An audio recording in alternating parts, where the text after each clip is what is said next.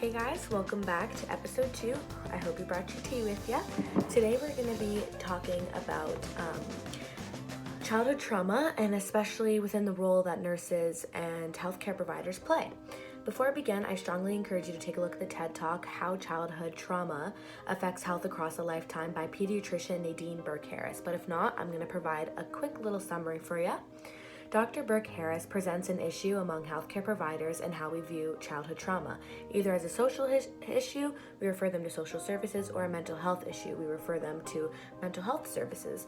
Now, this is a major problem that we have in our healthcare profession, and she goes on to explain why. So, through her time targeting major health disparities in one of the most poorest, underserved neighborhoods in San Francisco, she noticed a trend where kids were being referred to her for behavioral problems such as ADHD, but she noticed there was just something wrong with this, and she later identified that most of the kids had actually experienced such severe trauma that it was really impacting them. She digs a little bit deeper into adverse childhood events known as ACEs and found a study called the Adverse Childhood Experience Study.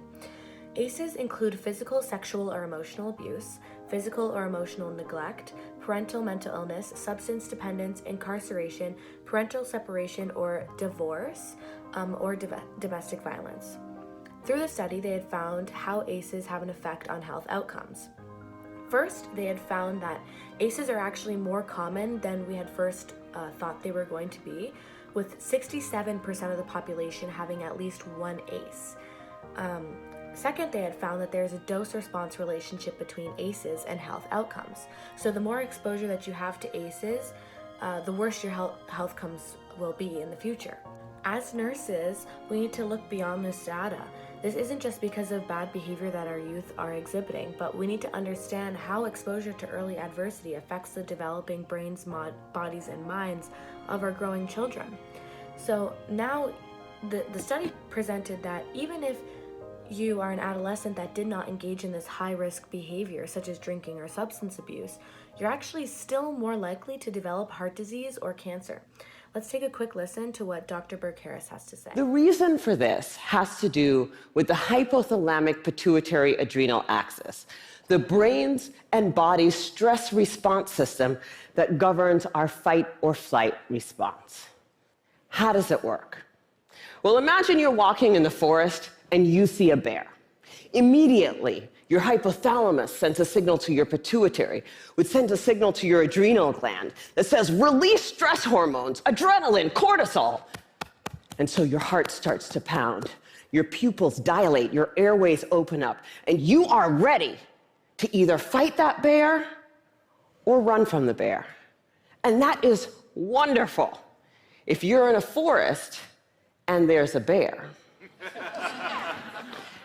But the problem is what happens when the bear comes home every night.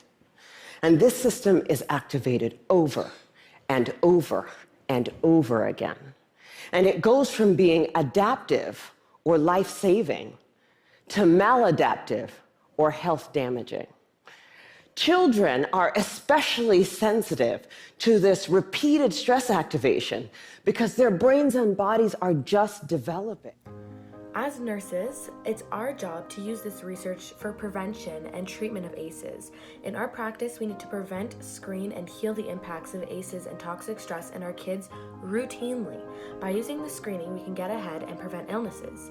In the TED Talk, she talks about when a little girl comes to us with an ACE score of 4, she's 2.5 more times likely to develop hepatitis or COPD, 4.5 more times more likely to become depressed, and she's 12 times more likely to attempt to take her own life.